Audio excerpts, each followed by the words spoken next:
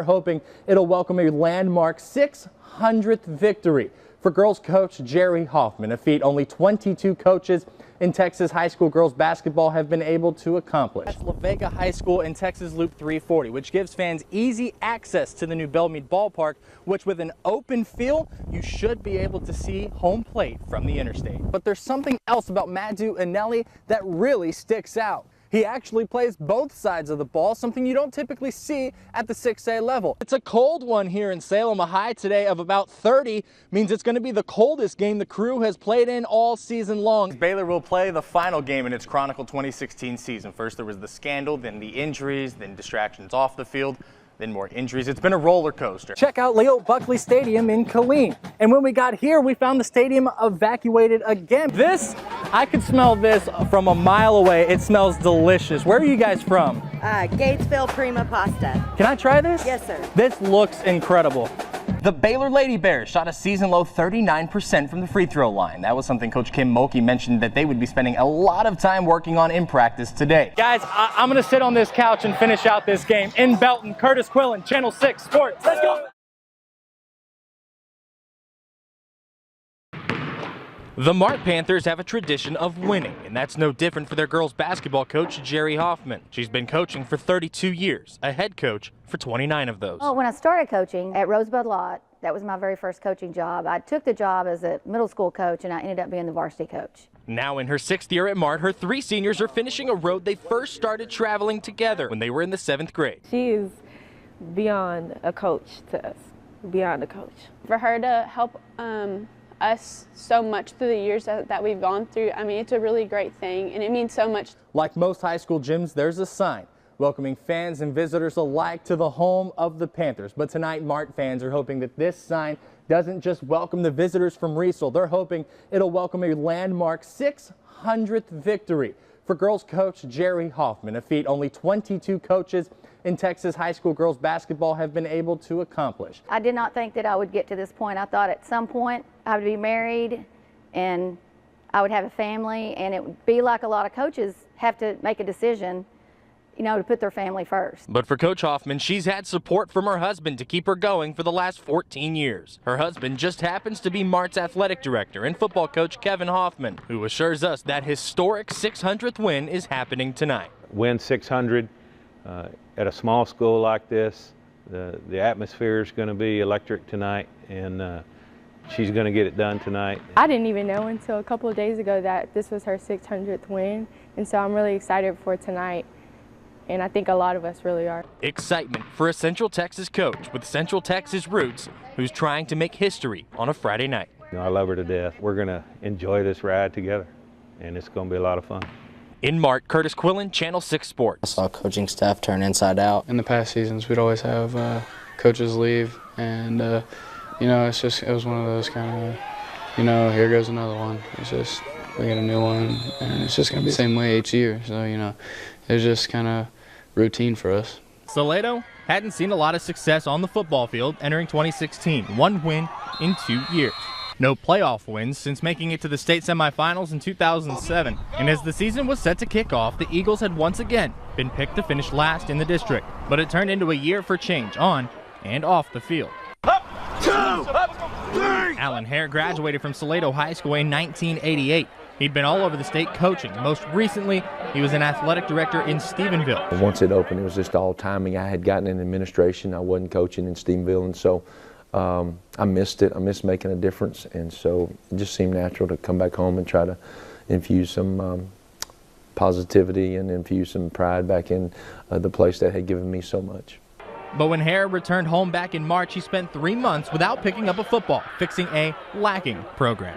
Lack of self-esteem, lack of support for each other, lack of team unity. And once the players saw who Coach Hare was, they were in. His attitude and what he wanted to do here, you know, you're thinking, yeah, I kind of like this. I wanted to buy into it. So fall camp started, and then from there they moved on to the season, but in a familiarly painful way. Here we go again. Losses to Troy and Comfort without seeing the end zone. I looked at our schedule and looked at what those other teams were doing, and I really, in my mind, thought we may not win a game. But Hare and the Eagles didn't have to wait much longer to take flight. Hyde Park, Florence, St. Dominic, and Fairfield, 4 in a row. the last of which the players say was the turning point. I mean, that's a team 2 years ago was in the state finals, so they're a powerhouse. So when we beat them, I think we knew we could play with just about anyone. 2 more losses would come to district champion Lorena and Robinson. After the Mahia game, I knew that the team had a shot.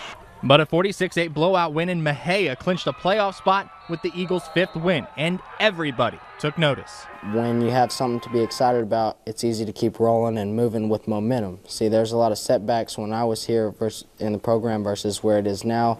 After a 5-point win over Connolly to close out the regular season, Salado was back in the postseason, facing LaGrange, the same team as last year in the first round when their lone win was in district and it got them to the postseason. But they were playing at the same stadium.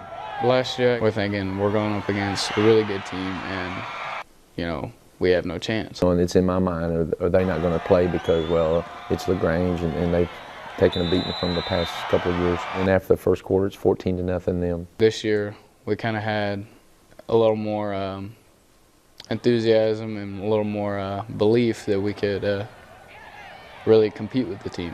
Salado toppled LaGrange 35-34 in overtime. It was the Eagles' first playoff win since 2007. The following week, they fell to Belleville 34-14. But Salado High School has a new normal during the fall. We'll set some goals this year. This previous year, we didn't have any goals. This is just a stepping stone in your life. You'll remember some of your experiences for the rest of your life. We are interlinked. We are meshed together for the rest of your life because you'll always be known.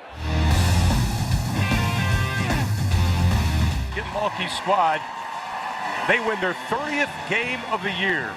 Win 30 was a big one. The Baylor Lady Bears are heading to Monday night's Big 12 championship game after controlling their semifinal against Kansas State from start to finish, and their leaders stepped up. The Lady Bears got huge contributions on offense from 4 different people. Alexis Prince had 18 points, while Kaylani Brown added 18 of her own to go with a dozen rebounds, and Nina Davis led all scorers today with 24 points. But the star of the show was junior Christy Wallace. Wallace had 5 points, 5 rebounds, and 15 assists, a Big 12 tournament single game record. That kind of record-breaking performance leads Baylor to an 88-71 win. But who will they face, Texas or West Virginia? Let's go straight to the end. This one was tight throughout. Texas is going to inbound it into the corner for Brooke McCarty, puts it up, a 3 at the buzzer, no good. The horn sounds, and the West Virginia Mountaineers pull off the upset. 62-59 is your final. They're heading back to the Big 12 championship game with a closer look at tomorrow night's game. We go to our own Jessica Moore. Well, Kurtis. Thank you, Jessica. Again, Big 12 championship game set for tomorrow night, 8 p.m. The winner gets the conference's automatic bid to the NCAA tournament. We'll have more from OKC all day tomorrow on Channel 6. A big win right down I-35 yesterday gave the Baylor Bears the Big 12's 3 spot heading into Kansas City this week, but they had to do it without their point guard and Big 12 newcomer of the year, Manu LeCompte. LeCompte sprained his ankle against Kansas and aggravated it against Iowa State. Scott Drew said after yesterday's win against the Longhorns that LeCompte was a game-time decision, but Manu hasn't even gone through contact in practice yet. And Drew says they didn't want to rush him back in before the Big 12 and NCAA tournaments. I mean, if he can't practice or if he's ineffective in practice or if he's hobbled or limited, then he won't be able to. So I just know he's closer. We've been able to let him do a little bit more. He hasn't done any contact yet in practice, but he's been able to do 5-on-0. He's been able to do shooting. So we're praying he's back.